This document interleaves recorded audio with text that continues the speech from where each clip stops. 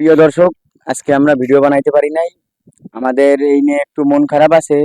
কিন্তু কথা হয়েছে যে মন খারাপ থাকলেও একটা কথা ভেবে ঠিকই আনন্দ লাগে আমাদের যে এই ছাত্ররা যা করছে, অন্তত আমাদের ইসলামের কথা বলার জন্য আর ওই মানে বোবা থাকা লাগবে না।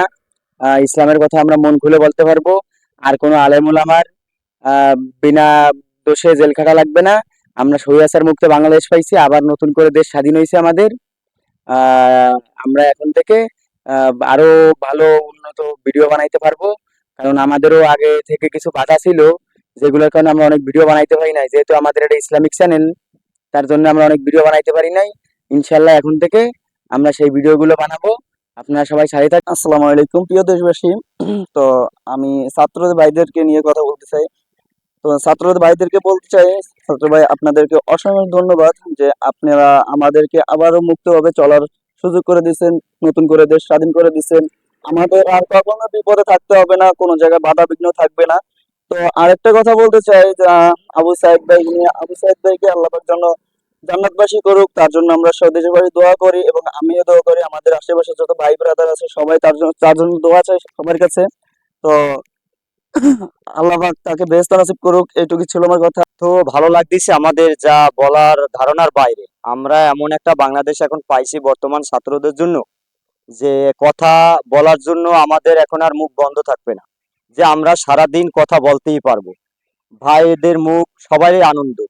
আলহামদুলিল্লাহ, আমাদের অনেক ছাত্র ভাইদের জীবনের বিনিময়ে আমাদেরকে আবারও আল্লাহ তাআলা নতুন একটা স্বাধীন বাংলা দান করছে।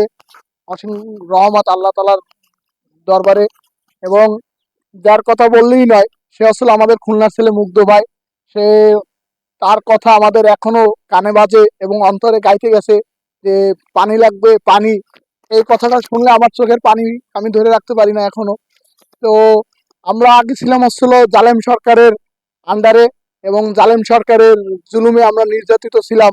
আমাদের নিজের ভাষা আমরা প্রকাশ করতে পারতাম না, নিজের কথা আমরা বলতে পারতাম না।